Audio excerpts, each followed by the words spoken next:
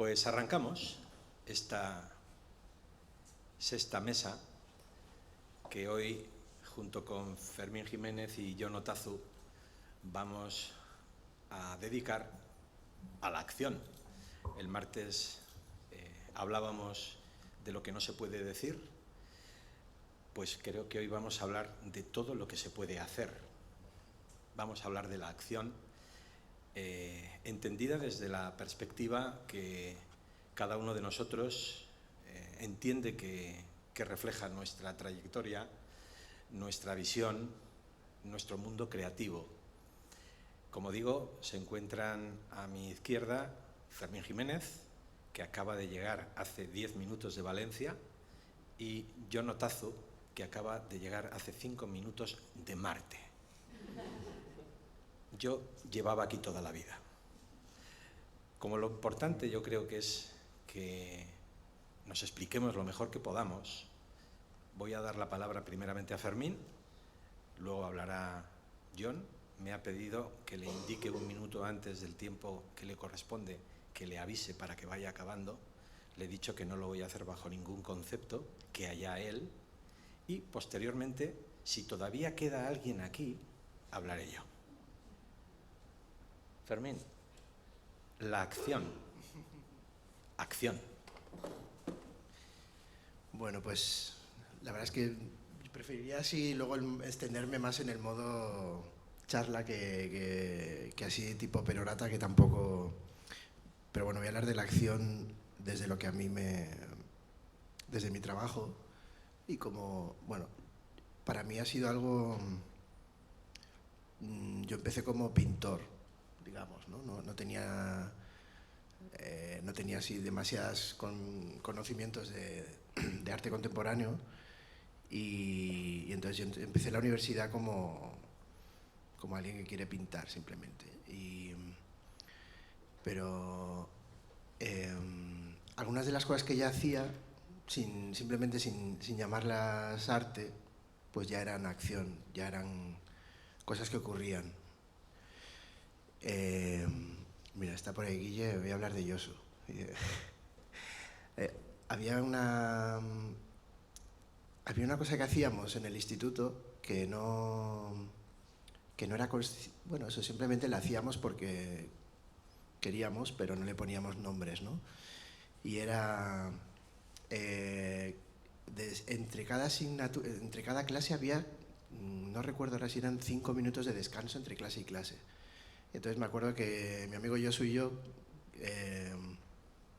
acababa la primera clase, y en esos 5 minutos salías al pasillo, no daba tiempo de más, y pues hablábamos de algo y hacíamos algo. Ay, me dejaba esto, tratabas un cordón o lo que fuera,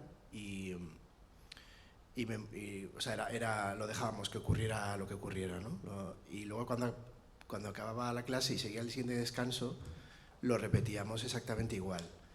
Y así todos los descansos de la clase hacíamos exactamente lo mismo, sin que probablemente nadie lo notara. Y ahora, con los años, creo que, por ejemplo, eso se parece mucho más a lo que yo hago que pues lo que pintaba en primero de carrera o lo que estuviera pintando en esas clases en tercero de BUP. Pero años antes también hubo una cosa que me marcó mucho, y fue un chico de mi clase en la GB que en sociales nos hicieron hacer la típica línea temporal de nuestra propia vida cuando teníamos 12 años, o sea que la línea temporal era bastante... Y hubo un chico que marcó el día que se tiró por las escaleras para ver qué pasaba. Y no sé por qué también es algo que se me ha quedado muy de referente en la vida.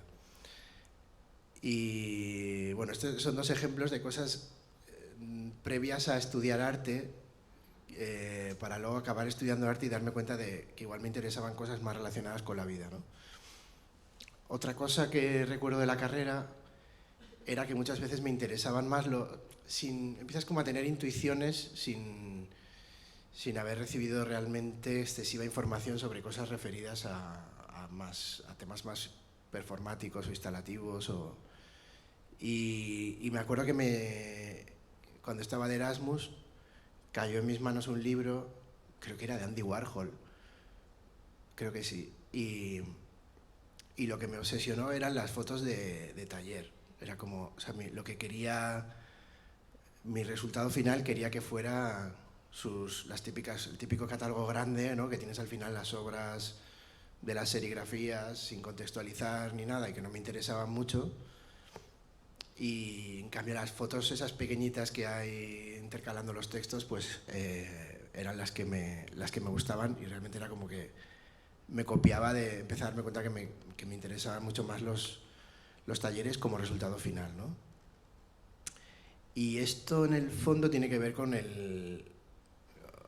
o sea, hay algo que parece muy espacial, ¿no? Que simplemente son formas inacabadas, cosas más desperdigadas, fuera de la lógica del cubo blanco más literal o tal, pero en el fondo tiene algo de acción y de temporal y de darle más importancia al proceso que al resultado final. Y bueno, al final hay como, son restos de gestos y de que la vida entre en el arte y de que las cosas estén de una manera más dejada, tiene que ver con el azar y con otro tipo de asuntos en los que, aunque lo que tú veas son formas que no se mueven, tiene que ver con la temporalidad y con la vida y nada, y poco a poco me fui pervirtiendo hacia otros lugares, fui dejando la pintura. Bueno, me metí no sé por qué me he puesto en modo cronológico, estoy improvisando totalmente, pero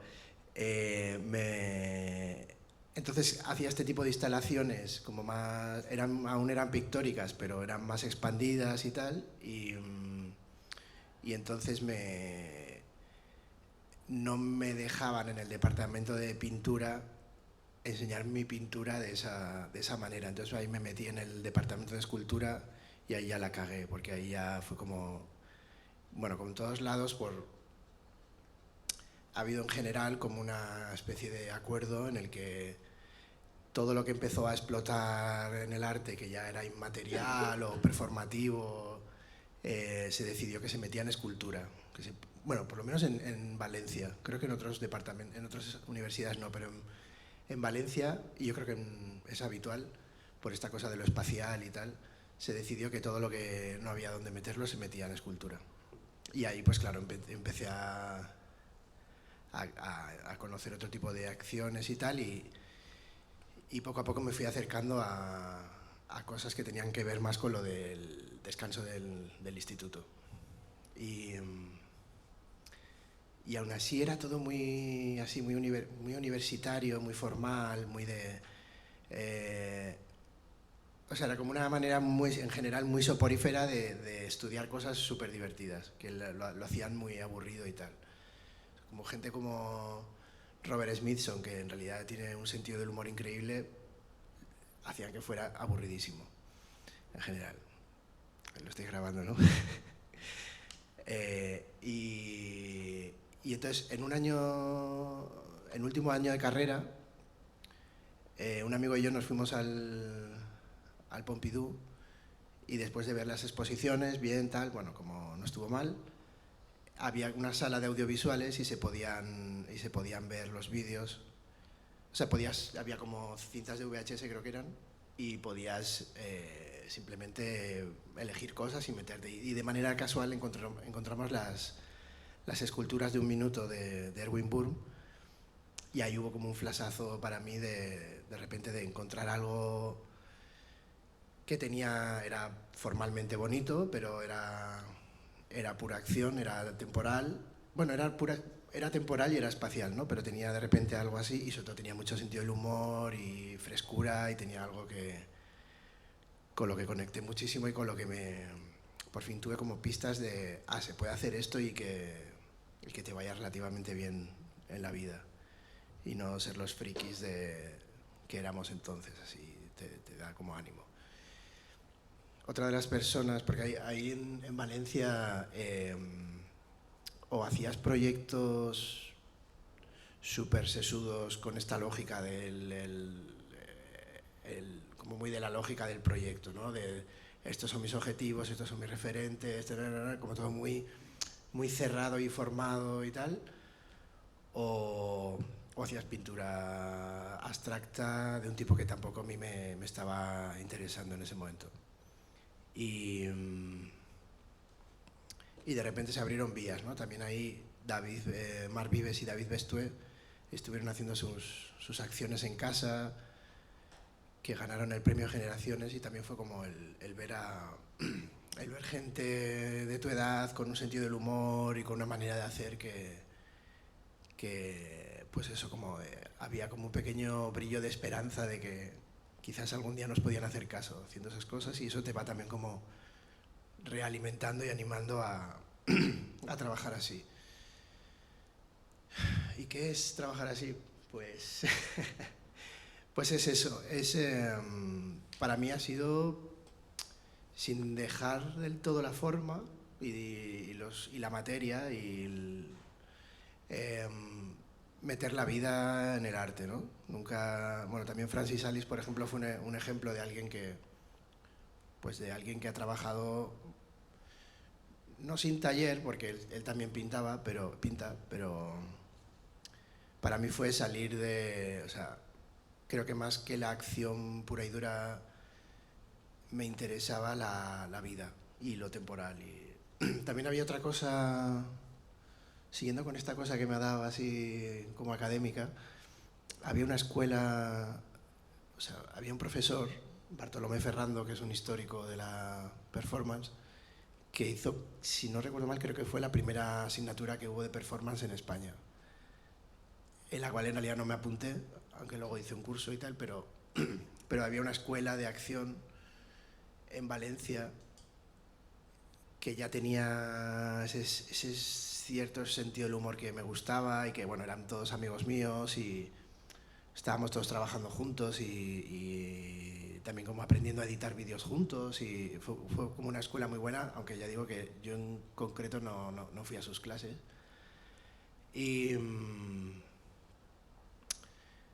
Pero para mí seguía habiendo algo que es,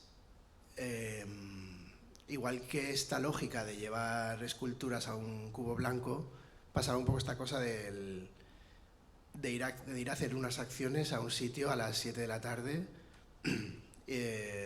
con lo cual todo lo que hagas será leído como arte y nunca interferirás en la vida real, ¿no? Porque todo lo que hagas ya va a tener la etiqueta de arte, con lo cual ya eres el que está haciendo algo raro, ¿no? No es, o sea, estás fuera de la vida. Y a mí me interesaba, y empecé poco a poco a descubrir ese otro tipo de maneras de trabajar interviniendo en la calle.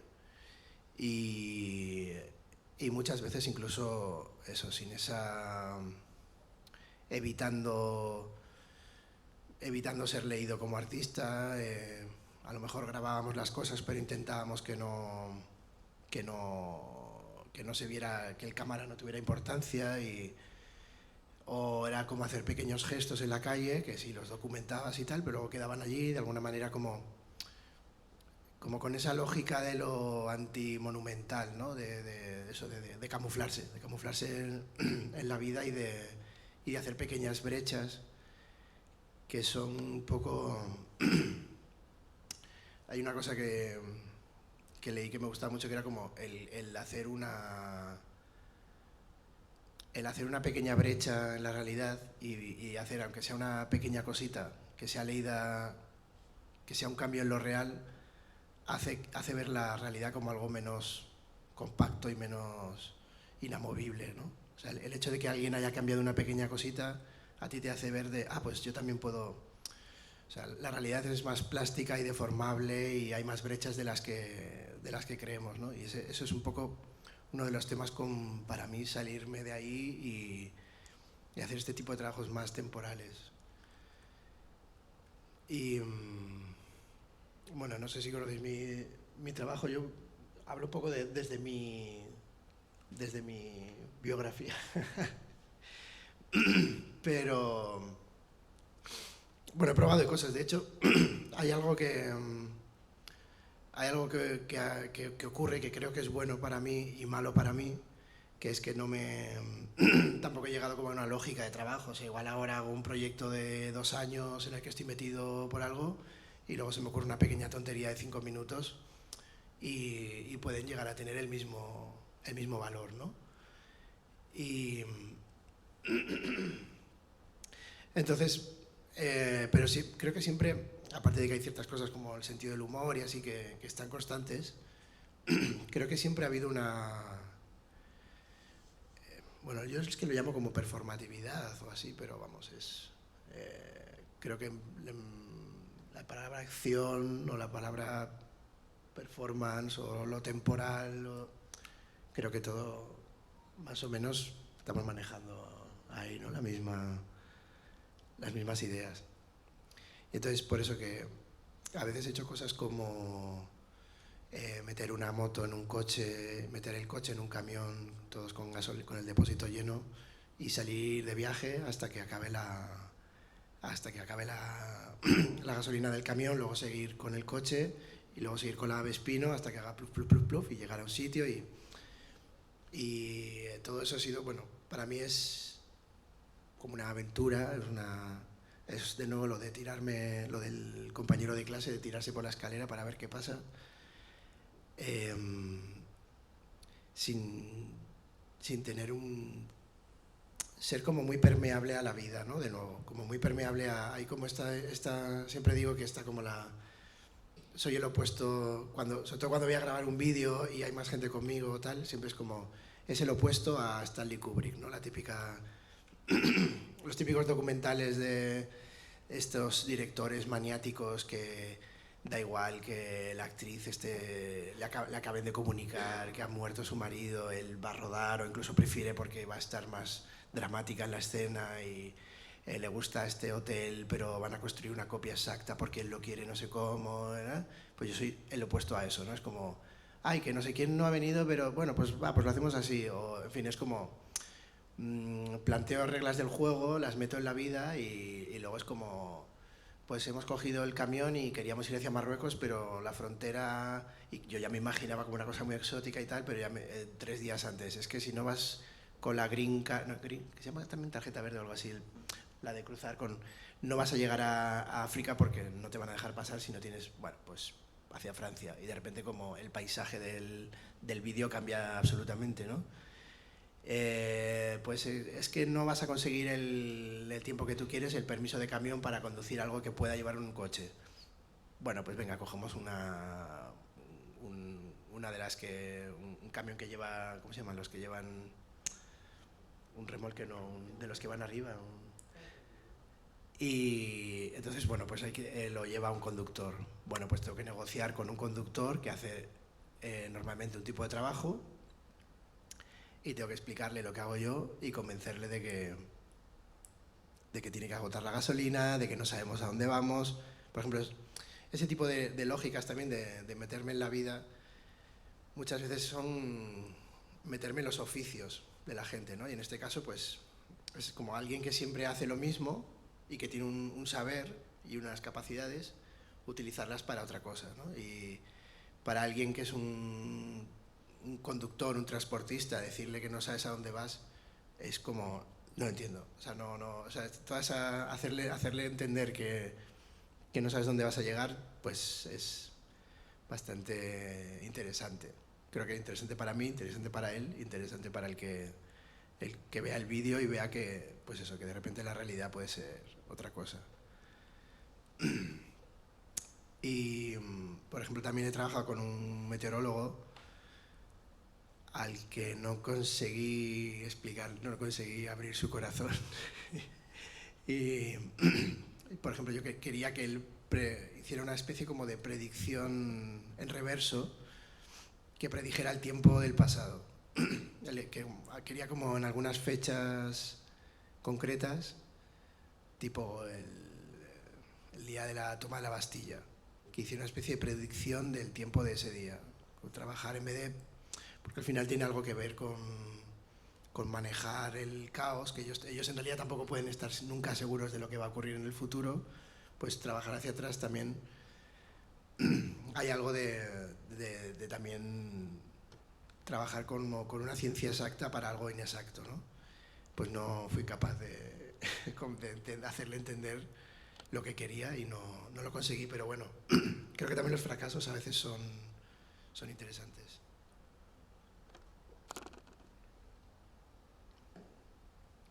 Y ¿cómo estoy?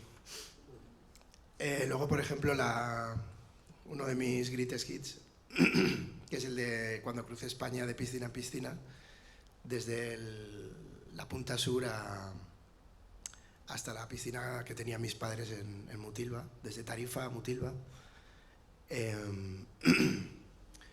De la misma manera había siempre lo mismo, como una lógica, una regla del juego. Los juegos tienen una cosa que en realidad tienen la rigidez. Un juego sí tiene unas reglas, y si te saltas las reglas del juego es aburrido. O sea, necesitas como ser muy fiel a algo que en realidad se trata de que entre el caos y el azar en unas reglas fijas, ¿no? O sea, en un juego tiras un dado y no sabes lo que va a salir, pero tienes que respetar, luego te puedes reinventar el juego, lo que sea, pero esa es un poco la lógica del juego, es que haya cierta rigidez. Entonces aquí también era esto, ¿no? Una línea recta de Tarifa a Mutilva y mirar en Google Maps todas las piscinas que pasaban por la línea y bañarme en cada una, o intentarlo. Entonces no hay... Esto es algo que también dice Dora García, que no hay... En el arte no hay error, ¿no? Cuando tú... Es un poco como en un experimento, ¿no? Si quieres demostrar que una vacuna funciona en niños de tal a tal edad, el experimento puede salir que no funciona o que sí funciona, pero el experimento en sí no estaba mal.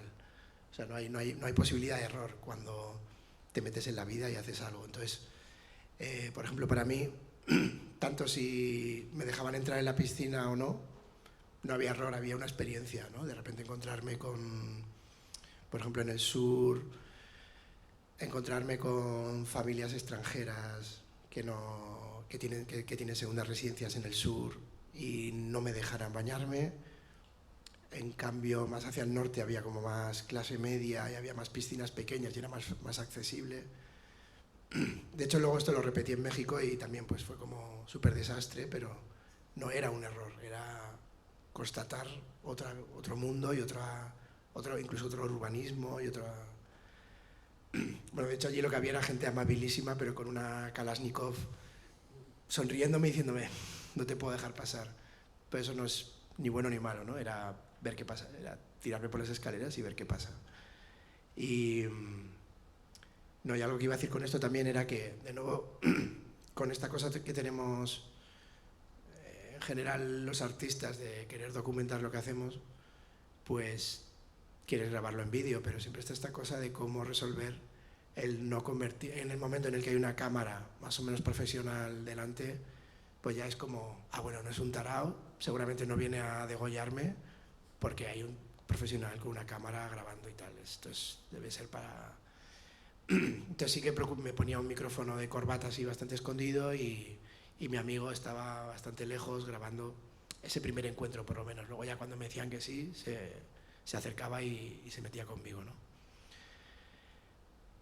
Y yéndome un poco al extremo, pues hay obras que son, por ejemplo, en un espacio que había en Valencia, que era como muy alto, era un antiguo sitio de pelea de gallos. Y tiene como, bueno, solamente como una zona así, ¿no? Con varios balconcitos. Y allí hice una escalera de caracol. Tenía que ver con el deseo y con el exceso de deseo o algo así. Y entonces construimos una escalera de caracol. El sitio era, bueno, no sé, supongo, me quiere sonar como que eran unos 20 metros. No sé, era un sitio grande de 3 alturas o así. Entonces construimos una escalera de caracol que no cabía recta. Era demasiado grande para el espacio. Y quedaba encajada y por lo tanto también era peligrosa, no podías caminar por ella y estaba... Bueno, era inútil porque la habíamos hecho demasiado grande. Y Y aquí lo puedes ver como algo ya muy físico y muy arquitectónico y muy escultórico, espacial, pero en el fondo para mí la obra no era la escalera, sino la relación de la escalera con el espacio, ¿no? Y de nuevo ahí para mí hay una especie como de acción escondida. Y esa es más o menos mi relación de amor con la acción. Yo creo que a Fermín, si lo tengo que asociar con un infinitivo, es el verbo meter. Meter la vida en el arte, meterse en las piscinas. Yo lo conocí, no sé si era a finales del 2012 o principios del 2013, en el Centro Huarte, donde yo estaba de responsable del Departamento de Educación y Acción Cultural. Y aunque conocía su trabajo, a él personalmente no lo conocía. Y quizá recuerdes, Fermín, que también querías meter, bueno, de hecho lo metimos, un coche por una puerta por la que yo hubiese jurado que jamás entraría un coche. Y conseguimos meter el coche, para que luego él se metiese dentro del coche y crease algo que a mí me remitió a mis primeras las primeras conexiones con la expresión plástica. Llenaste el coche de Bao y desde dentro escribías sobre el Bao de los cristales, los mensajes, las palabras que tú considerabas que tenías que escribir. A mí aquello me remitió a mi infancia más remota, cuando en los cristales de mi casa, aquí estamos gente de edad y por lo tanto recordaremos que cuando pegaba fuerte el cristal, evidentemente por dentro tenía ese vaho que permitía escribir en él. Mi primer lienzo, por lo menos consciente, fueron los cristales de mi casa. Y aquella experiencia me metió en el túnel del tiempo y me hizo ver la importancia que tiene precisamente lo efímero. Muchas gracias, Fermín, por el esfuerzo que has hecho para llegar aquí desde Valencia, para contarnos tus locuras, tus benditas locuras. Y paso la palabra a Jon, del que creo que podemos esperar no menos nivel de extravío y que seguro nos va a ilustrar con la gracia que le caracteriza. Cuando quieras, Jon. Cuando quieras, que aún está preparado. Se ha roto esto. No pasa nada. Hola, hola, sí, va. Bueno, ponemos la cinta, a ver si no se sale.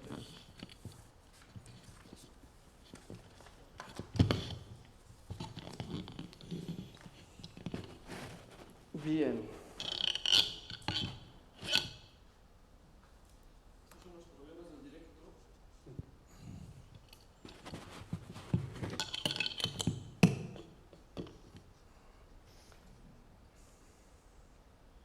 Hola, sí, va. Joder, bien, esto no quería ser una performance, ¿eh? Esto estaba controlado, pero no hay nada como echar la mano. Tenías que haber venido antes, Jon. Has venido a las 7 menos 5 a preparar este chiringuito que nos estás mostrando.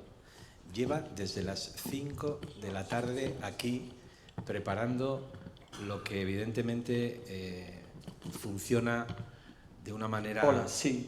Sí, va, probando.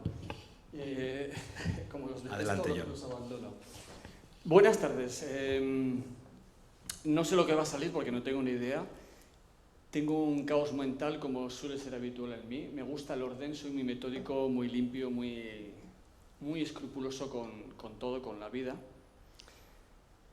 Y llevo varios días intentando preparar algo, no en el sentido de preparar, escribir, leer, que yo prefiero la improvisación, pero sí en el sentido de mantener cierto orden, como ha empezado Fermín, con cierta cronología o cierto orden mental, cada uno con sus problemas, ¿no?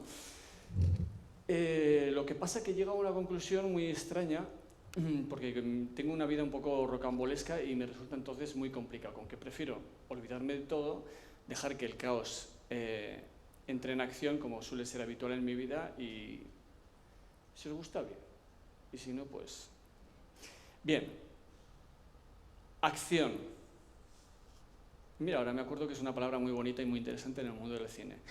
Acción. Cámaras, motor. Siempre he dicho que yo estudio las claves del comportamiento humano en situaciones límite, para intentar comprender la comprensión humana, el comportamiento humano. Dicho así, pues a mí me suena bien, parece serio. Lo que pasa que no quiero ser patético ni intentar reír de pobre, pero me ha traído siempre circunstancias terriblemente dramáticas en mi vida, porque no me han creído. Es decir, cuando tú pintas un cuadro, al margen de tu credibilidad, al margen de tu técnica, pues se ve como muy fácilmente la creación. O haces una escultura, o haces un poema, o cantas. Yo no sé cantar, ahí no entro. A la hora de hacer acción, en el momento que te sientes solo, que ese ha sido mi problema, y digo problema, me he dado cuenta que ha sido luchar contra el mundo entero, y no quiero ir de víctima, pero me ha tocado escribir tantos currículos, llamar a tantas puertas, a tantas personas importantísimas, nombres, hablo a nivel mundial, y al final nunca acababan de creer. Recuerdo uno de los últimos, voy a mezclar todo, recuerdo uno de los últimos, Jaime Cacharrón, ahora que me doy cuenta está grabando.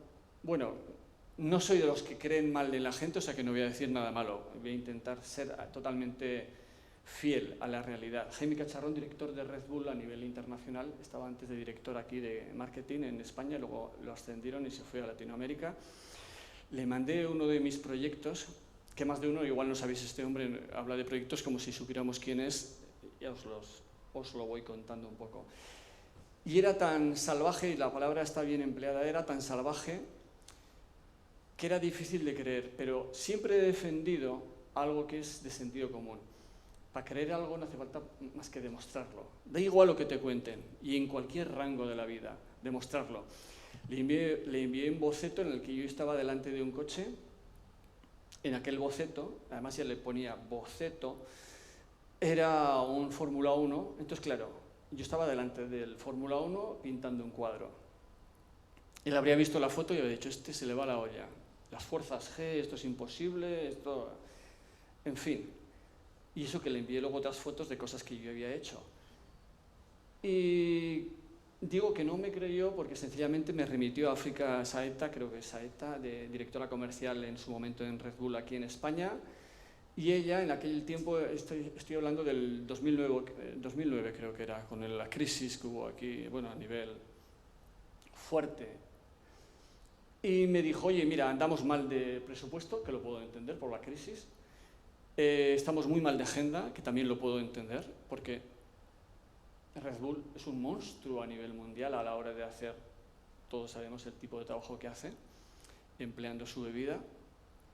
Y a mí me encanta, quiero decir, no la bebida en sí, pero me encanta el espíritu de fortalecer espíritus inquietos y animar. Oye, yo te doy las cámaras, te doy esta proyección, ¿y tú qué haces? ¿Skate o te lanzas por helicóptero o te lanzas al agua? Es decir, siempre ha buscado el espectáculo y lo consigue, incluso con la Fórmula 1. Y luego, la tercera cosa que me dijo África fue que, bueno, la tercera cosa que fue silencio, es decir, puedo entender que no tengas agenda, puedo entender que no tengas presupuesto, pero si yo te intereso, pues apúntame, que me parece que es la cosa más elemental, apúntame en la agenda y cuando se acabe este año, pues si te gusta, pues me llamas. Y no tuvo esa frase, es decir, opino que no me creyó. Y así me he pegado toda la vida. En Londres hice un atrapamiento muy interesante en Covent Garden y Luis España de la BBC, y la BBC todos conocemos, es una productora muy, muy fuerte, y me dijeron, oye, vamos a preparar, mejor dicho, estamos preparando un programa de vanguardia a nivel europeo, y eso suena muy bien. Estamos preparando un programa piloto que aún suena mejor porque me querían invitar a mí como programa piloto y a la hora de vender algo pues suena como muy consistente y siempre te halaga que crean en ti. Presentó el proyecto Luis España, pero luego ante la junta directiva de la todopoderosa BBC, pues ya luego el productor me dijo, oye, es que desbordas. Y digo yo, pues vaya, la misma historia de siempre. Entonces vamos a ver, ¿por qué desbordo? ¿Por decir la verdad? Pues vaya, yo no sé mentir, entonces me cuesta mucho intentar marcar pautas realmente extrañas con tal de engañar a un público o a un productor, a quien sea, que se puede, ¿eh? Te falta un poquito estar con la cabeza despierta, pero no es mi historia, es decir, yo siempre quiero ir y voy con la verdad por delante. Y entonces que te digan, los productores te digan, oye, no, es que desbordas y no podemos entender realmente cómo puede ser posible, déjame que te lo demuestre, ¿no? Pero, y así, la mayoría de proyectos que he intentado preparar en mi vida se han ido al garete por eso, porque John desborda. Ah, qué bien. ¿Y yo qué culpa tengo de si hago un tipo de trabajo y si no hay nadie más en el mundo que lo hace? Eso no es culpa mía. Es decir, lo único que yo intento medir, y supongo que cada uno de nosotros, es el rigor. Es decir, tú demuéstrame que es una persona seria, a mí me da igual que lo haga alguien o que no lo haga nadie. Tú demuéstrame que tu trabajo vale. ¿Bajo qué pautas? Bajo la ética, bajo la filosofía, bajo la psicología, bajo la cualificación artística, bajo cualquier parámetro. Es decir, sé una persona seria. Y yo siempre he estado dispuesto a demostrarlo, pero no me han dejado. Recuerdo que cuando fui a Artieda, para el que no me conozca, yo pinto cuadros, intento salirme de lo comedido, hago esculturas, que también intento salirme, hago performances, que también ahí sí que me salgo, pero en general no veo la vida como un parámetro. De hecho, en mis redes sociales me pongo como alienígena exiliado. Y digo alienígena, no soy idiota, soy consciente de que soy un ser humano, pero he intentado renegar incluso hasta de esa concepción. O sea, que imaginaros que solo me siento. Sé que no soy un alienígena, pero digo lo de exiliado porque juego a que ni siquiera ya me quería.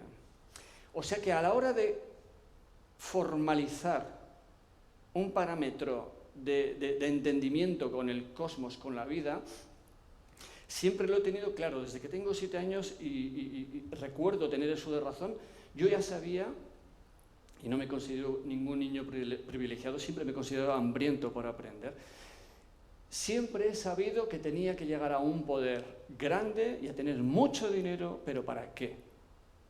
Y aquí viene lo ridículo de mi vida y lo patético. Para mí es sublime, pero, en fin, suena como muy patético. Que es para ayudar a la gente. En estos tiempos que corren, con tantas Putin y con tantos problemas de guerras y feminismos y mujeres y Dios santo, hoy 46 mujeres muertas. En diciembre ya hemos batido el récord. Hoy me acabo de enterar de una chavala, tenía 2 hijos, estaba embarazada y ha entrado el tío y la ha apuñalado. Bueno, en fin, en Toledo. Había dicho que iba a empezar con, con mis performances, esto luego a qué iba. Bueno, que al final, que no me interesa el arte en sí, porque me parece que está muy por detrás, que me he apuntado, ha comentado el arte y la vida en los ambientes de los Fluxus y de los... Bueno, es que tantos, Alan Kaproff, John Case, es que es difícil inventar algo cuando ya no tienes más que retrotraerte a los comienzos y ves que hay gente que Duchamp con su locura, bueno, y tantos artistas. Lo que más me interesa del arte es la posibilidad de adentrarte en la vida de una forma absolutamente descarada, rompedora, en silencio, con mucha prudencia. Todo lo que yo muchas veces no emano ni cautivo y la gente piensa que estoy majarón y que soy un loco, mi cabeza está amueblada de esa forma. Conquistar la vida, conquistar el mundo, conquistar la gente y al ser humano desde un prisma absolutamente humilde y con ganas de ayudar y de quererlo. Pero para todo eso hay que tener mucha información y hay que ser buena persona. Empecé en Artieda, creo que, bueno, no, empecé en Sada, colgándome en la torre fui al cura, le dije, oye, que me voy a subir a pintar un cuadro. Subí a la torre, por supuesto no me dio permiso, y luego intentaba evitar ese tipo de preguntas porque si no les comprometía. Subí a la torre, además en 2 ocasiones, Y en la segunda creo que había un vendaval, pero de esos que era temerario, pero no la torre, que decir, encima de la torre está el tejado y encima del tejado está ¿cómo se llama? La veleta, y encima de la veleta pues ya no había nada, ¿sabes? O sea que pisando justamente, no sé ni cómo me sujetaba. Yo un vendaval, además que las imágenes están, si os metéis en el blog mío, ahí lo tenéis todo, porque es imposible que diga grandes cosas porque me gustaría y si no luego me aturo yo. Bien. El viento se llevó el cuadro, los óleos, la pintura, pero me quedé con esa emoción tan maravillosa. Y luego hice alguna otra cosa, luego fui a Artieda fui al jefe de policía y le dije, lo recuerdo que estaba firmando sus cosas, sus papeles, un chico serio, un señor muy serio, tal vez me hubiera gustado que fuera educado, porque no me prestó atención, él siguió con sus cosas y entonces yo ya, claro, no es que me mosquee, yo no me enfado con nada en la vida. Pero le dije, bueno, como además de tú, yo veo la vida de tú, con respeto, pero de tú, es decir, intento romper las barreras que hay de esa distancia entre seres humanos. Yo prefiero sentirme amigo. Entonces le dije, oye, mira, con tu permiso, sin tu permiso, yo voy a ir, voy a hacer mis cosas, luego me detenéis, cárcel y esas cosas, y encima aún me vais a dar más publicidad. Bueno, entonces se enfadó, tiró el boli sobre la mesa, se mosqueó. Por lo visto no pensaba que yo iba en serio. Fui a Artieda, entre Lumbier y Artieda, hay una recta, que son 2 kilómetros. No fui con ningún piloto, no tengo piloto. Un amigo, normal, como puede ser cualquiera que sencillamente sabe conducir, y le dije, oye, Mariano Isart, de Lumbier. Le dije, mira, he pensado entre una serie de cosas, mira, yo me coloco aquí, delante del coche, imaginaos que este es el parachoques, un poco alto, pero imaginaos, esto es el parachoques, me pongo una sula de hierro en el calzado, me sujeto, por supuesto bien sujeto, no soy ningún loco, y el coche venga, que me empuje, y el cuadro lo ponemos aquí, y que el coche me empuje, y a toda pastilla. Lo que he intentado siempre a la hora de conquistar los permisos es que vean que todo lo que puede parecer de majarón y de absolutamente loco, lo que yo proyecto, quiero que lo vieran en coherencia, que es una palabra para mí de las maravillosas, porque le falta coherencia a esta historia de vida y al ser humano. Y sin coherencia no conseguimos nada. Y le dije, Mariano, vamos a hacer una prueba, bien sujeto, guantes, todo, casco, bien. Imaginaros, en la recta de Artieda, por supuesto, sin permisos, o sea que los tractores, autobuses, es decir, manejamos el tráfico para que nadie pudiera tener un percance, pero no dejaba de ser una temeridad muy extraña. Venga, 10 por hora. Yo recuerdo con una pasión que le decía, venga, sigue, 10 por hora, y diréis, vaya, 20, 40, 50, ya a partir de los 50 por hora yo me daba cuenta de que si me iba una pierna a pensar que el coche me empuja por los riñones y yo voy resbalándome, ¿no? Bien, yo ya estaba pensando, hasta 50 por hora ya el coche me pasa por encima y me va a desgraciar. 60, 70, 80, mi adrenalina, imaginaos cómo iba. Tranquila, porque es la única forma de salir vivo de cuando uno... No, y además yo no sé esquiar, jamás lo había hecho. En 20 minutos de reloj, soy muy estricto, es decir, no exagero. Si son 20 minutos es porque eran 20 minutos. Que eso a mí me parece que es una genialidad.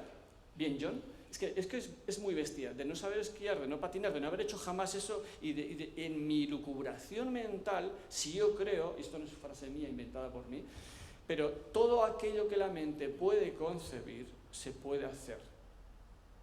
Y esto es una sentencia, y que me muera si no es cierto. Cuidado, no lo digo yo. Hablar con psicólogos, con personas infinitamente más inteligentes que yo y mucho mejor preparadas, y os lo van a confirmar. Es decir, a mí no se me ocurría decir, creo que puedo levitar, voy a levitar. No se me ocurre eso, no. Es decir, las leyes físicas no se rompen. Yo creía que podía hacer esas cosas y lo hice.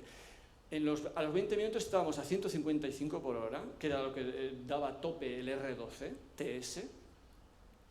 Y imaginaros, paramos esto y nos abrazamos, qué éxito, porque claro, 155 por hora, pintando un cuadro delante del coche, que se te va una pierna, el coche te pasa por encima, son cosas dramáticas y acabas en los telediarios y no era mi intención, ¿no? Pero ahí no viene lo bueno. Lo bueno viene cuando nos abrazamos y decimos, bueno, ¿qué? ¿Lo hacemos en serio? Entonces ya es cuando me quito el arnés de seguridad, los guantes, Es decir, total, cero sujeción al coche. Además, luego lo grabamos de forma para que cuando luego vino la ETV al tiempo que la invitamos, para que viera que la cámara se movía, hacía un desplazamiento físico, y para que se viera que no había nada que me sujetaba, pues yo me separaba los riñones, que luego yo cuando veo esas imágenes aún me asusto porque digo, pero ¿cómo es posible hacerlo? Nos pusimos ya sin ningún tipo de sujeción, sin casco, sin esto. La paleta de pintura, el R12 tenía como una especie de parachoques que aún podía meter el dedo así, pero en el pulgar llevaba la paleta de pintura, el lienzo sujeto donde el faro, cinta plástica, y ahora en serio, y ahora es cuando, antes no me podía caer porque estaba sujeto con el arnés, pero ahora era cuando tu vida... Bien, solamente quiero, me encantaría que entendiéramos un concepto. Mira qué bonito. Que entendiéramos un concepto. No estoy vendiendo ninguna moto de que, oh, soy genial, hago cosas que nadie hace. No. Solamente intento investigar las claves del comportamiento humano en situaciones límite. ¿Para qué? Para luego cerciorarme y darme cuenta de lo difícil que es alcanzar un estatus de comprensión con esta raza vuestra. Digo vuestra por jugar con la... Es muy difícil, es decir, si no manejamos una palabra y un concepto que para mí es sagrado, empatía, es imposible entendernos y entender cualquier cosa. Entonces, yo digo, sí, aquí me estoy jugando el tipo, pero peor es el que está pasando hambre, peor es el que está desahuciado, o peor es el que se siente solo y triste en la vida, o peor es esa mujer que la han violado, o peor está ahora en Ucrania o en cualquier guerra. Vale, ya lo sé.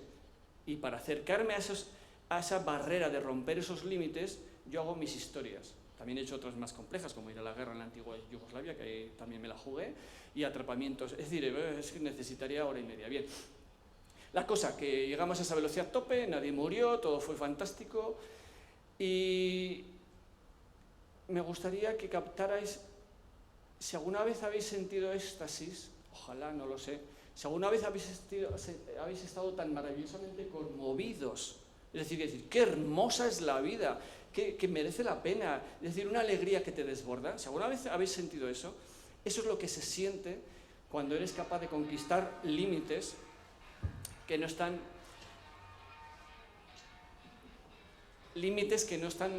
contemplados dentro de la normalidad. ¡Qué bien! Bien, entonces, luego cogí una cama con la que dormís, igual que la que dormís vosotros, le puse un colchón, un edredón, las ruedas, es decir, todo absolutamente prohibido, es decir, nada homologado. La puse en la carretera, imaginaos lo bien que se iba en aquella cama a 100 y pico por hora por la carretera. Luego me metí con esa cama en el pueblo, un pueblo, 50 kilómetros por hora es lo permitido, o 40, 30 por hora. Bien, fui a la escuela, es decir, mi cabeza funciona muy bien. Fui a la escuela, pedí permisos, dije que los niños no salieran, que iba a hacer una performance muy peligrosa, hablé con los padres, mi pueblo es Sada, menos de 200 habitantes, es decir, controlando los parámetros de seguridad, que siempre ocurren cosas extrañas. Hablé con todo el mundo, la cosa que a 115 por hora entramos en el pueblo. Imaginaros lo que es un pueblo, calles estrechas, bueno, qué locura. Yo solamente de verlo, de imaginarme, me asustó. Incluso hasta una persona me puso una barrera con unas tablas, que su mujer afortunadamente quitó las tablas, porque luego teníamos que desembocar después de esa velocidad, frenar con cuidado, porque yo iba en la cama, además creo que era en aquellos tiempos que estaba con el estilo Hare Krishna, que me afeité, digo al estilo, yo no he pertenecido nunca a ninguna secta, que estaba calvo y con túnica y eso.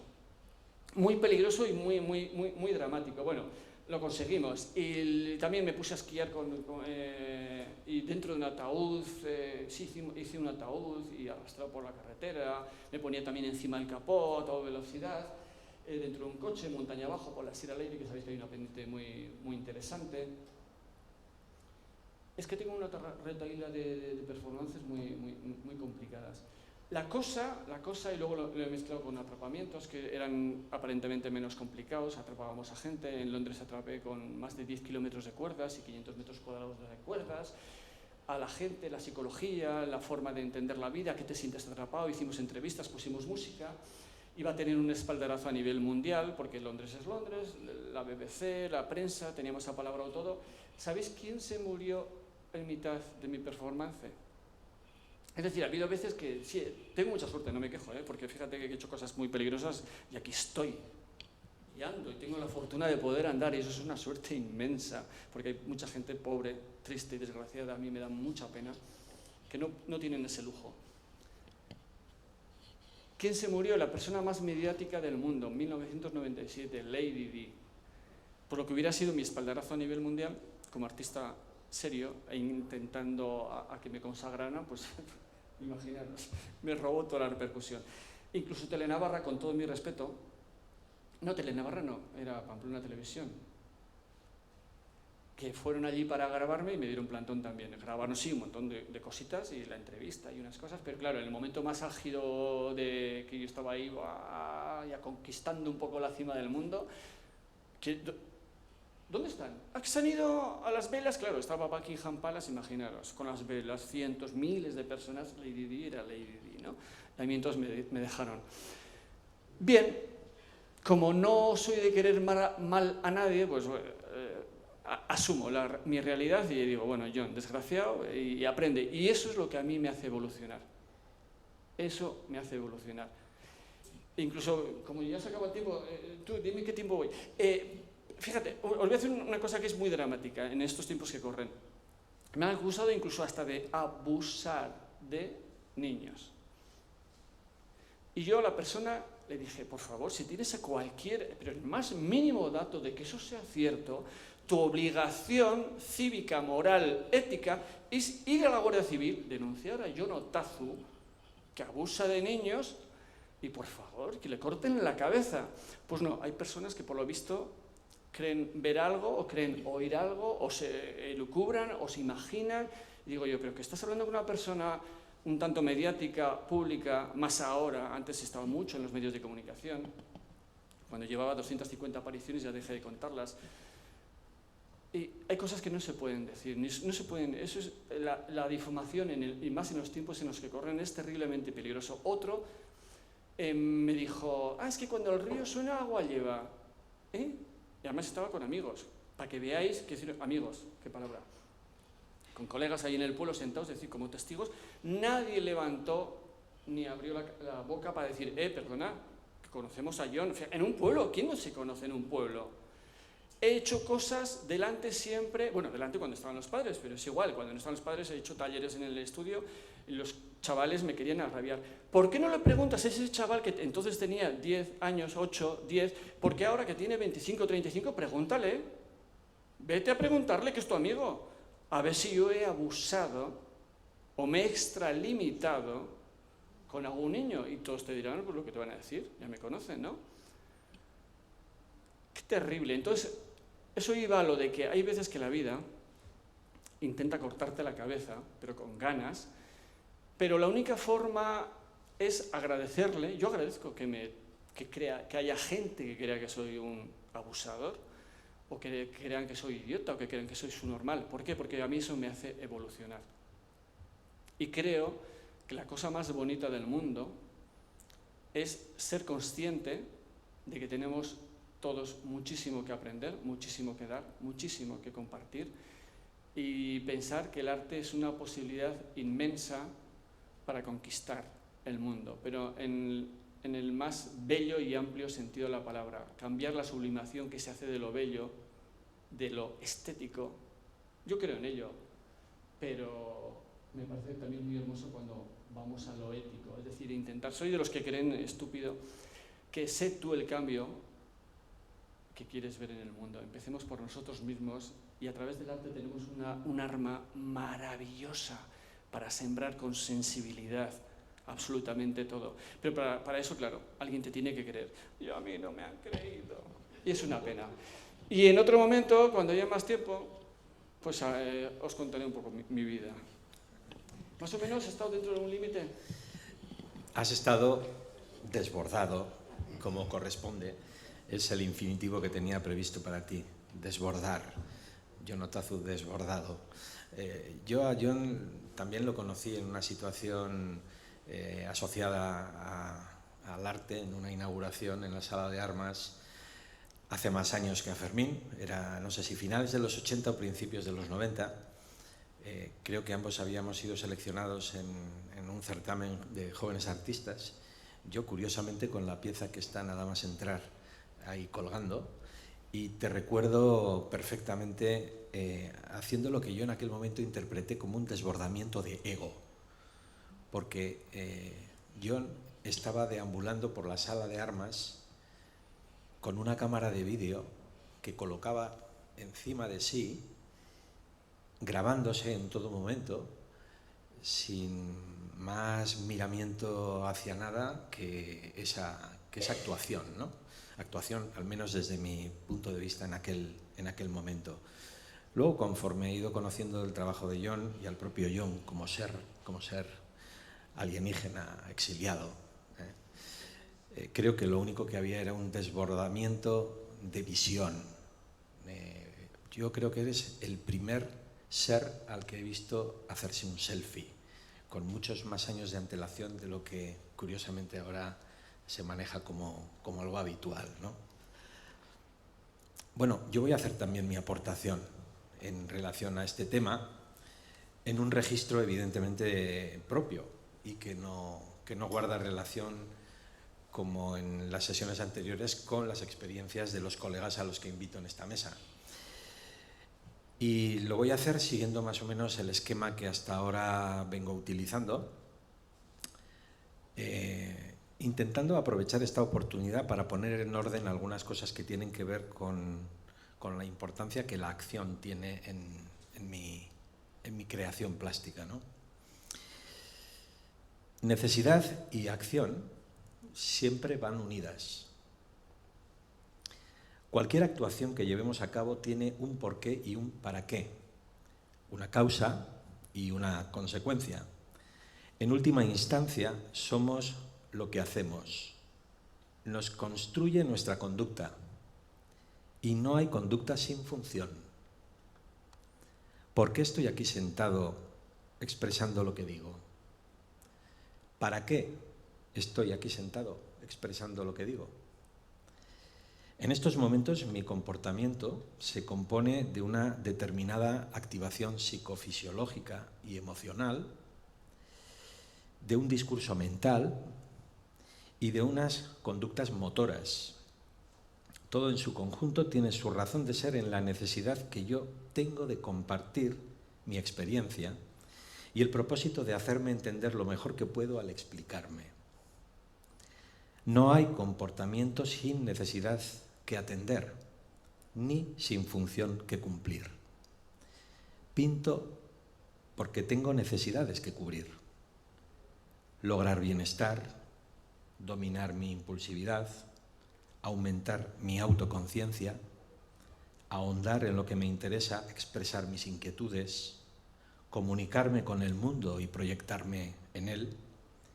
Y pinto para lograr satisfacer esas necesidades y para, al hacerlo, acercarme al ser que quiero ser a través de la ejecución de las acciones que pintar conlleva. Cualquier comportamiento que emitimos lo realizamos con una frecuencia mayor o menor. Tiene una duración determinada. Lo llevamos a cabo con una intensidad X y es más o menos oportuno en función del contexto en el que lo emitimos. En mi caso, pintar es un comportamiento más. Es decir, es un conjunto de acciones al que me dedico con una frecuencia concreta, que tiene una duración en mi biografía, al que me entrego con una energía determinada y con el que influyo en mis niveles de adaptabilidad al medio en el que me desenvuelvo, más o menos ajustadas. Lo que ocurre es que sus efectos positivos en mi persona son comparables a los máximos que ninguna otra actividad de mi vida consigue. Ninguna. Pensad con qué frecuencia sois vuestra mejor versión. ¿Qué duración tiene cuando lo hacéis? ¿Qué carne en el asador ponéis al hacerlo? ¿Y qué grado de autoconstrucción adaptativa os suponen esas acciones que lleváis a cabo? Hacedlo y estaréis haciendo un retrato hiperrealista de vuestra vida. Supongo que, como todo el mundo, empecé a pintar para representar y para representarme. Ahora, 60 años más tarde, creo que sigo haciéndolo por la misma razón, solo que con una conciencia mucho más clara del efecto que ello me reporta. Yo lo tengo a estas alturas muy claro. Pintar, dibujar, construir objetos, construirlos con mis manos, son acciones que me generan la armonía que necesito y por eso sigo realizándolo. Ni más ni menos. Esta mirada retrospectiva me lo ha dejado muy claro y vuelvo a repetirlo. Necesito autoconstruirme y la creación plástica es la mejor y más disfrutada de las maneras que he encontrado para hacerlo. Es una suerte encontrar esa confluencia en la que lo que se te da bien se funde con lo que te gusta a rabiar. Poderme apasionar haciendo aquello en lo que mis virtudes son máximas es el verdadero regalo que me ha hecho la vida. Bien, dicho esto, y apoyándome en una dicotomía que, como en otras ocasiones, me va a venir muy bien para oscilar entre un punto y otro, ahora reflexionaré en torno a las cuestiones que me inspiran, a los procesos productivos que desarrollo y a lo que supone el ofrecimiento a través de la exposición de lo que hago, pivotando en torno a esos dos polos opuestos. Uno son las acciones útiles, el otro, las acciones inútiles. Empiezo con lo útil en la inspiración. Nada más útil en mi inspiración que la observación. Observar es retener lo que tienes delante y ello conlleva una gestión de tu atención que te obliga a discriminar los estímulos para decir a cuáles vas a dedicar de una manera más frecuente, duradera, intensa y oportuna ese foco de atención. En mi caso, esos centros de interés son los que vertebran los diferentes proyectos en los que vengo trabajando desde que comencé a plantearme argumentos pictóricos. Hasta la fecha son 10 y en todas esas series la observación es una constante insustituible. Por ejemplo, la tríada de colores que caracterizan mi serie Calignometrías es el fruto específico de mi concienzudo estudio por observación del funcionamiento cromático de los estratos telúricos del Cabo de Creus.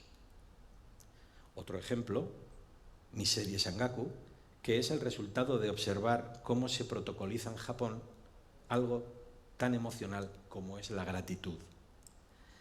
Es decir, que son aquellos estímulos cuya potencia me clava ante ellos y me lleva a observarlos y a entenderlos como un hilo del que tirar para alimentar mi propio entendimiento, los que determinan cuál es ese acicate creativo y, consecuentemente, cuál es la fuente inspiradora de mis series. Paso a hablar de la elaboración. En mis procesos la creación se apoya fundamentalmente en dos grupos de acciones que claramente, abiertamente, definen mi proceder de oficio. Cuando compongo la obra, medir y estructurar.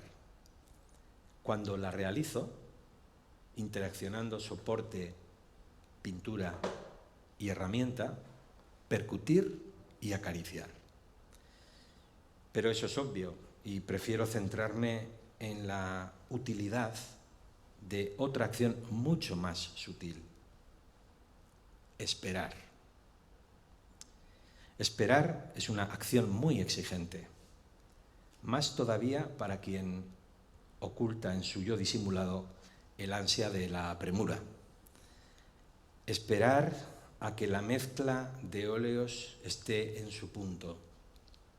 Esperar a que cada capa de pigmento llegue a ese estado en el que su empaste con la siguiente es oportuno.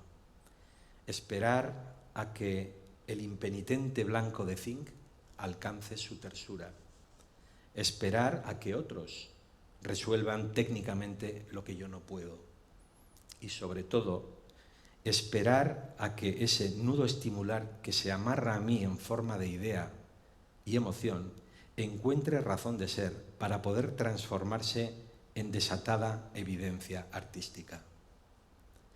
En ninguna faceta de mi vida, ajena a la creación plástica, aguardo con tanta calma. Soy tan paciente o trato la inmediatez con tanto desprecio. Cuando digo que soy pintor porque la pintura me autoconstruye, me refiero a apreciaciones como esta. La creación plástica me permite experimentar la espera como un estado interior especialmente fértil, como la antesala de una felicidad en la que lo que siento es el goce de estar creando, con mi inacción, las condiciones requeridas por un porvenir deseado. Cuando dibujo, pinto o construyo, también me ofrezco a mí la oportunidad de hacerme no haciendo. Pero es que además la enseñanza de la demora me acompaña de otro modo, con otro efecto, que transforma mi potencia resolutiva en parsimonia. Entrar en mi estudio supone activar en mí un estado de ralentización, desarrollar una ceremoniosidad en la que el enlentecimiento de mi manera de funcionar es, por así decirlo, el resultado de un infalible condicionamiento clásico. Me choca que frente a otras situaciones de mi vida en las que tras la pausa, generalmente inquieta, necesito sobreactivación y recuperar el tiempo que a veces entiendo perdido, en mi actividad plástica lo que viene a continuación de la espera es, como diría Carl Honoré, un elogio de la lentitud. Es como si cuando me centro en mis producciones artísticas se produjese una deceleración biorrítmica, una especie de autoabsorción que subvierte el estilo de mi funcionamiento en otros ámbitos de la vida y que me resulta absolutamente salvadora. Con respecto a la difusión, en relación con lo útil, diré que cuando enseño lo que hago, ya lo he dicho en alguna otra ocasión, busco un encuentro. Lanzo una botella al mar con un mensaje dentro. Estoy aquí. ¿Dónde estás tú, alma gemela? Exponer es útil en numerosos sentidos. Te proyecta, te promociona, te permite chequear lo que haces, te abre posibles conexiones, te permite verte en perspectiva.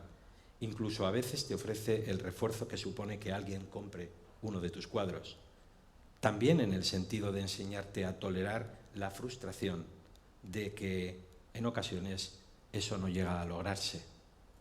Sin embargo, en mi caso, la utilidad última de mostrar mi trabajo es compensar esa soledad elegida que yo necesito durante mi proceso creativo y hacerlo con la esperanza de dar con alguien que al ver lo que le muestro sienta en su vida la necesidad de detenerse ante mi ofrecimiento.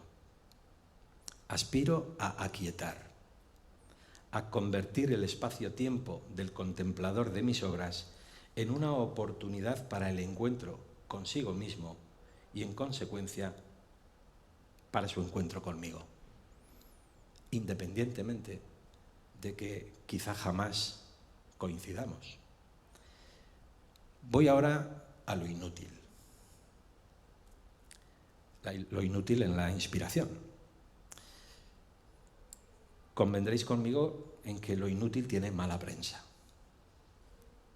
Cualquier actividad autotélica cuyo interés muere en sí misma tiende a verse devaluada y carente de sentido. El juego, aquí mencionado ya en varias ocasiones, el juego, por ejemplo, algo tan serio y decisivo para cualquier niño, se percibe en el mundo adulto de un modo accesorio y banal, si no sospechoso. Pues mirad, yo pienso que la razón última por la que la creación plástica es algo imprescindible en mi vida es que me permite seguir jugando sin levantar demasiadas sospechas. Sinceramente, creo que el rasgo más valioso de lo que hago en mi actividad creativa es que se convierte en sí misma y su sentido no requiere de un beneficio futuro, porque al hacerla me proporciona la compensación que yo necesito en ese presente en el que la vivo. Quizá por eso nunca me he sentido un artista profesional, sino más bien un amateur de la creación plástica, un diletante cuyo principal rasgo posiblemente sea la perseverancia, aspecto, por otra parte, esencial en el juego. Yo cuando pinto, construyo, y cuando construyo, juego. Con respecto a la elaboración, diré que, como sabéis, mi formación es estrictamente autodidacta y considero que en mi autodesarrollo nada es inútil. Podría decir que yo, como del cerdo, en mi proceso creativo lo aprovecho todo. Todo es aprendizaje, aunque son muchas más las veces que descubro que lo que no he de seguir es ese camino que he empezado y que son muchos menos los caminos que me llevan hasta donde pretendo. Evidentemente, desde un criterio de productividad que se valora con los indicadores del acierto, mi planteamiento no tiene un pase. El precio a pagar por este funcionamiento, por esta metodología basada en el ensayo y el error, es la lentitud y la menor cantidad de conocimientos, evidentemente, pero lo compensa la profundidad de lo aprendido. Yo realmente tengo un oficio corto. Sé hacer pocas cosas, pero las que sé hacer las hago a conciencia y las disfruto enormemente. Por eso, no es la productividad, sino la emoción lo que a mí me mueve. La emoción de encontrar un centro de interés que motive mi deseo. La emoción de volcarme en él. La emoción de descomponer su esencia y transformarla en la mía. Y ahí lo que manda no es el acierto, sino la sensación de crecer y, como decía ya el martes pasado, el entusiasmo. Termino con la difusión. Una acción determinante en la actividad creativa es la de exponer lo que haces públicamente. La clave para valorar útil o no el esfuerzo de mostrar indiscriminadamente lo que haces es la compensación que logras con ello. Va a compensarme haber dedicado 2 años a realizar este repaso retrospectivo de mi trayectoria, en el que confluyen obras en esta exposición, que probablemente sea la más amplia de todas las que he hecho. Va a compensarme la activación de estos confluencuentros con 16 colegas y el proceso que todo ello sigue. Va a compensarme la edición del libro en el que he recogido mis reflexiones en torno a lo que todo este trajín conlleva. Pues depende. Depende. Evidentemente depende de mis expectativas y de la prisa que tenga en obtener resultados. Afortunadamente, la mayoría de mis días lucen, pero reconozco que también hay momentos en los que me siento como un triste vendedor de Biblias y que me cuestiono si tanto esfuerzo realmente merece la pena. Para salir de esos momentos de bajón que suelen sobrevenir conforme las exposiciones se acercan a su clausura, y vas a tener que ir pensando en reamortajar todos tus cacharros, eso ya empieza a acecharme, hay una cosa que me ayuda a recomponerme. Exponer siempre es una acción esclarecedora, siempre, aunque lo que se evidencie con ella no te agrade o incluso te decepcione. Termino, como es costumbre en mí, con 3 conclusiones y una pregunta a la que yo mismo me respondo. Conclusión sobre la inspiración y la acción. Me fijo en lo que observo recurrentemente. Así me descubro. Con respecto a la elaboración, simplemente soy un ingeniero de lo inútil. Con respecto a la difusión, exponer es útil si te expones. ¿Qué hace de mis actos un proceder infalible? La coherencia.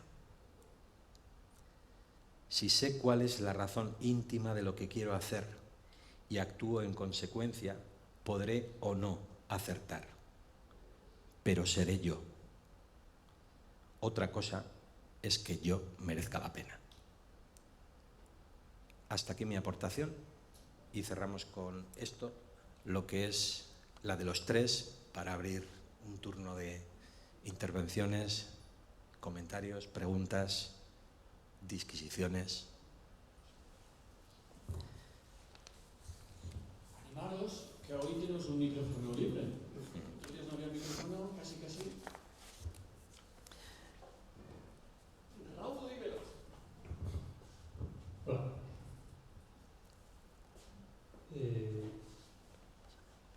Tres tipos de acción diferentes, ¿no?, en cada uno, ¿no? Pero sí que me parece a mí lo que, por lo que he oído, el juego, ¿no? El juego como motor de acción. El juego más que os viene desde la niñez, ¿no? A los 3, ¿no? Me acuerdo a ti cuando jugabas con las estructuras de madera, pero si me has dicho, tú también creo que has nombrado a la niñez, ¿no? A la vez sois artistas, pues exponéis, que sois públicos, que vuestras acciones las lleváis a la gente. A mí me gustaría saber qué os dice la gente ante vuestras obras, qué dicen, ¿no? ¿Qué recibís de ellos, ¿no? ¿Qué os devuelve la gente,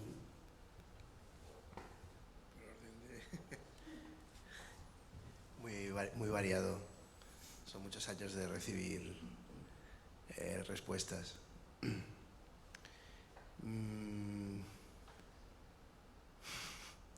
Es fácil contestar, ¿eh? Bueno, es que es gente que en general somos bastante aburridos y la gente que no le gusta pues se calla. Y alguna vez sí que... O sea, creo que en general recibo pocas críticas porque tendemos mucho a ser como muy educados, excesivamente educados. Y luego pues muchas veces curiosidad o no sé, depende del caso. Sí, no tengo una respuesta a una pregunta tan amplia. Yo sí tengo una respuesta. A mí me han puesto...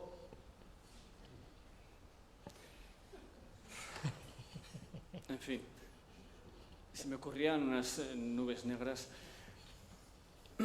Y duele cuando tú sabes que esto está bien alimentado y tengo un corazón... Suelo decir en plan jocoso que soy tan limpio que me doy asco. Y es cierto. De hecho, antes no documentaba nada, porque cuando tú haces un favor a alguien eso no se documenta, lo haces porque tienes un corazón bonito y ayudas a la gente, ¿no? Pero una vez creo que, hablando con Miguel Puello, hablándome de las intervenciones y grandes gentes muy buenas, muy serias, muy consideradas en el país y a nivel mundial, me decía, ¿y por qué no documentas un poquito esto? Y empecé con las intervenciones, pero luego te aburrías, porque claro, vamos a ver, y no voy de nada, hay gente que no hace favores nunca, entonces fíjate lo que va a documentar. Pero no hay día yo que no haga un favor a alguien. Y muchas veces es algo tan simple como una sonrisa a alguien que no conoces. Porque igual esa pobre señora que está triste y sola, a punto de suicidarse, a punto de haber tirado ya la toalla de lo mal que se siente en la vida, o ese señor que está triste, que nos olvidamos que cuando estamos todos bien, viva la vida. Pero yo creo que, por eso decía antes lo del arte, es que por encima del arte está la vida. Y si no somos buenas personas, no hay nada que hacer. Es que ser un cabrón es muy fácil. O ser un putón verbenero es muy fácil. No tienes más que vender tu cuerpo y tu alma y viva la vida, ¿no? Y que se joda el más pintado. Pero cuando alguien te insulta y te denigra y te pisa y se caga en tus muertos y en tu familia y en tu trabajo, bueno, ya en tu trabajo, por favor, en tu trabajo ya es que ni existe, es que ni lo tienen en consideración, porque para ellos eres un pobre desgraciado. Entonces lo difícil es comerte las entrañas y lo que antes comentaba, evolucionar y decir, oye, te voy a hacer un favor. No en plan de obligado, a nadie se le puede obligar, pero hay muchas formas de poder hacer un favor. Yo soy de esos tontos que cuando hay algún coche parado en carretera, siempre aparece alguien maravilloso y dice, por favor, te ayudo a cambiar la rueda, te llevo a Soria, a donde... Mira, una de las performances más graciosas que este año también me va a tocar, en Nochevieja, cuando la gente está con la familia disfrutando, pues es que es tan bonito la familia. Pues yo me cogía el coche y me iba a carretera adelante diciendo, a ver si aparece alguien triste que esté perdido por ahí. Y que dijo, John, por favor, que estoy de Teruel. Pues te llevo a Teruel, venga. Es que eso es terriblemente sano y hermoso. Claro, uno igual te sientes muy, muy triste, ¿no? Por dentro con tus problemas existenciales. Pero es que cuando te das a los demás... Entonces, mi contestación es que ocurra lo que ocurra y te digan lo que te digan y te denigren o te ensalcen, no importa. Lo importante es tu mensaje contigo mismo. Y si tú crees que puedes estar en paz con la vida, adelante. Me acuerdo de la respuesta ahora. Una vez estaba... bueno, fue una obra que no funcionó, pero estaba intentando sacar moldes de la calle, como de accidentes de la calzada y así, con gelatina. Como hacer luego el molde de un accidente comestible o algo así, y no funcionó. Pero el caso es que estaba intentándolo. Y vino una niña de 8 años o así y me dijo, ¿qué estás haciendo tal? Y le expliqué lo que estaba haciendo y me imaginé como, o sea, le dije, ¿sabes qué? Esto es mi trabajo, o sea, como para que conociera otras cosas, ¿no? Y me dijo, bueno, por lo menos tienes un trabajo. Esa fue un feedback bueno. Bueno, yo puedo hacer una aportación un pelín melodramática, pero es que además la recojo en la publicación que hemos editado, que he editado para esta historia, y la recojo porque verdaderamente me pareció muy, muy emocionante lo que me tocó escuchar una vez, sin que la persona que lo decía supiese que se lo estaba diciendo al autor de la obra. Esto fue en la Fundación Jorge Oteiza, cuando se me invitó a hacer una interpretación de una obra de Jorge, y yo elegí hacer una interpretación del homenaje a Velázquez. Presenté la serie de módulos con la que compuse aquella obra que titulé con el número 1530, y junto a ella estaba un señor mayor, bastante mayor, estaba solo, y bueno, pues yo me puse a ver cómo estaba funcionando aquello, y en un momento dado, sin mirarme, con lo cual no sé si me lo dijo a mí o lo dijo al aire, dijo, creo que voy a decirlo textualmente, me gustaría morir en un lugar como este. Claro, cuando sabes que se está refiriendo a eso que tú has construido y lo remite a un hecho tan significativo que seguramente él sentía cerca como el de su propia muerte, y entiende que puede vivir ese acontecimiento acogido por un lugar en el que él se siente, supongo que protegido, pues me resultó muy, muy emocionante. Oímos muchas cosas, Nacho, los que acostumbramos a estar en la sala, cosa que no es obligatoria, pero hay a quienes nos gusta establecer ese feedback. Oímos muchas cosas. Yo creo que esto que os cuento sitúa lo que yo he oído al nivel más alto que creo puedo escuchar. No se me ocurre qué más elevado que eso se puede decir de algo que tú has hecho. Y lo recojo y lo comparto aquí porque creo que es la mejor manera que tengo de responder a una pregunta que daría muchísimo juego si entrásemos en detalles que seguramente podríamos ir recuperando conforme nos vayan viniendo a la cabeza. Pero yo te agradezco esta pregunta porque me permite hacer un homenaje, seguramente ya póstumo, a ese contemplador que supo decirme sin querer la cosa más grande que yo puedo haber oído sobre mi trabajo. No.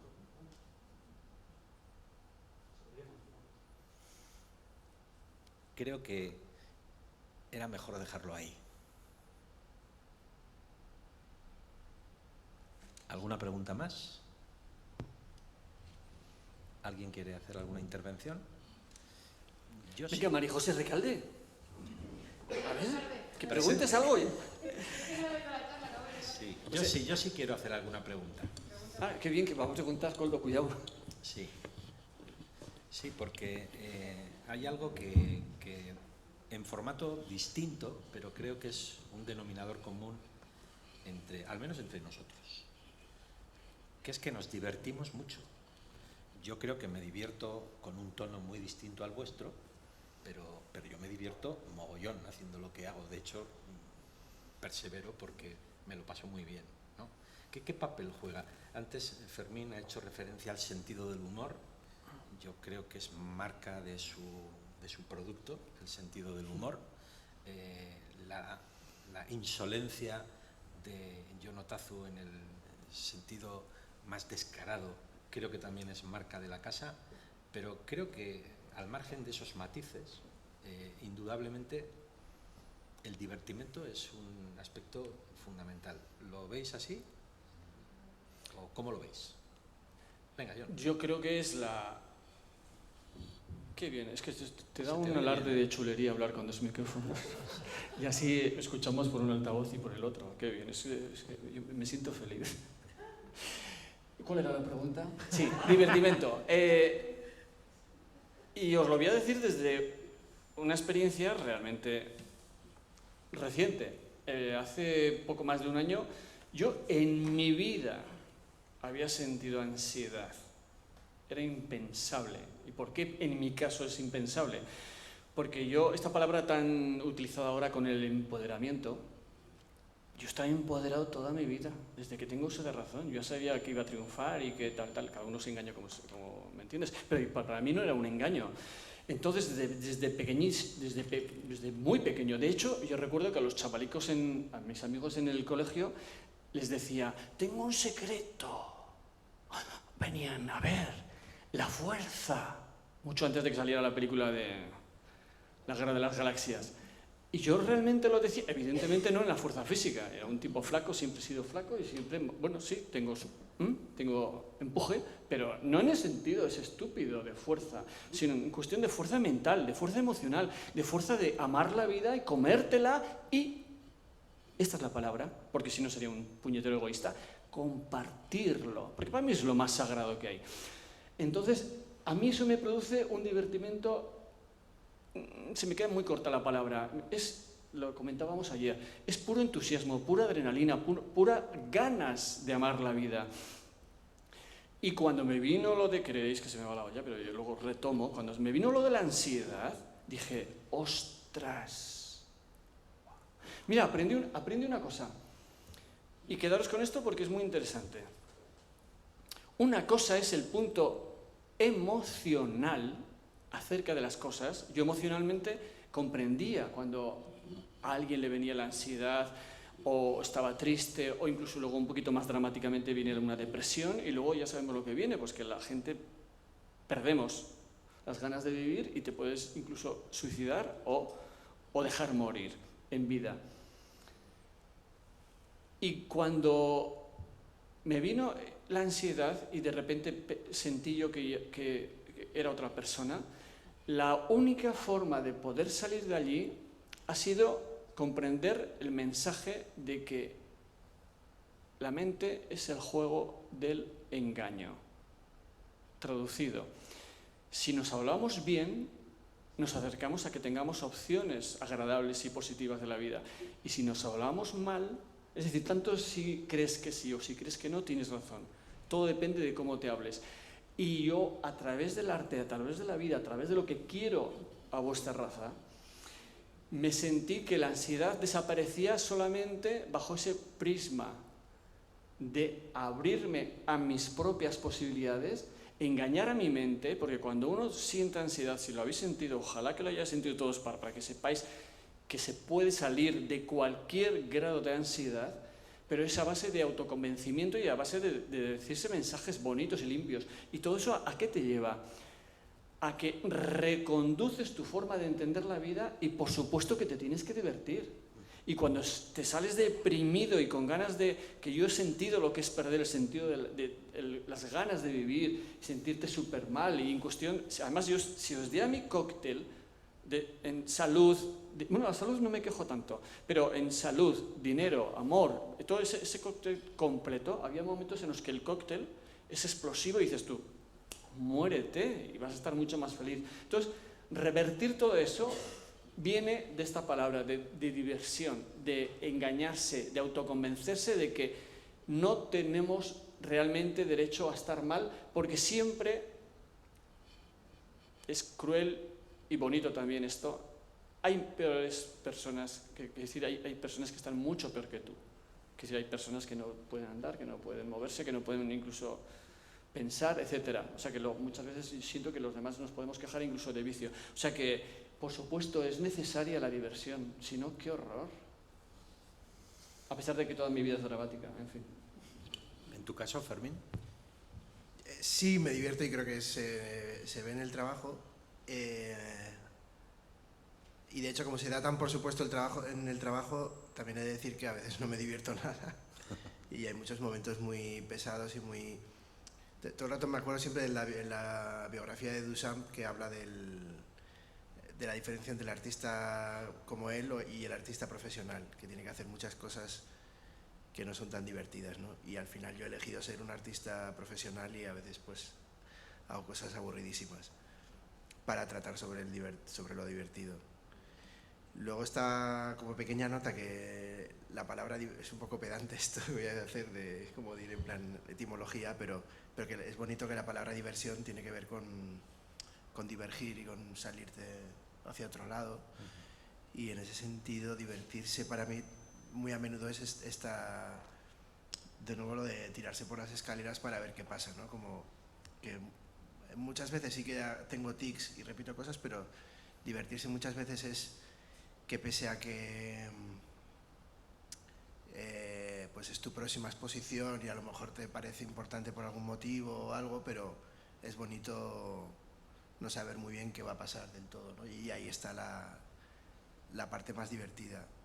Y luego otra cosa es que de lo más divertido para mí suele ser ese encuentro con la gente que decía antes, o que haya algún tipo de participación con gente en la calle y muchas veces me pasa que sobre el papel me parece muy guay voy a ir no sé dónde y le voy a pedir a la gente en la calle que me haga unos dibujos de no sé qué, ¿no? Escribo el proyecto, no sé qué, tal, pero luego llega muchas veces el día y es un martes por la mañana, está chispeando y tengo que ir a la calle y hacer no sé qué, y es como de y tengo que ir ya porque lo tengo que entregar, pero es como, o sea, de verdad, muchas veces no me apetece nada.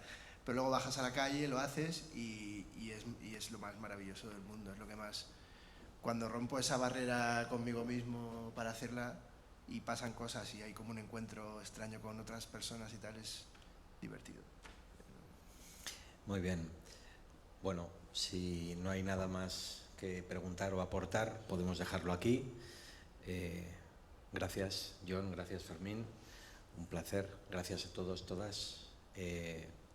Espero que tengáis un cambio de año divertido y que 2023 entre con bien.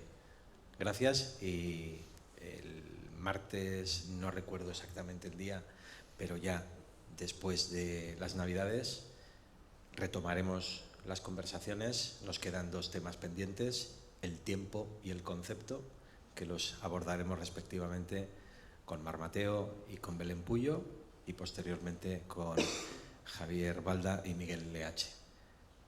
Daos por abrazaos.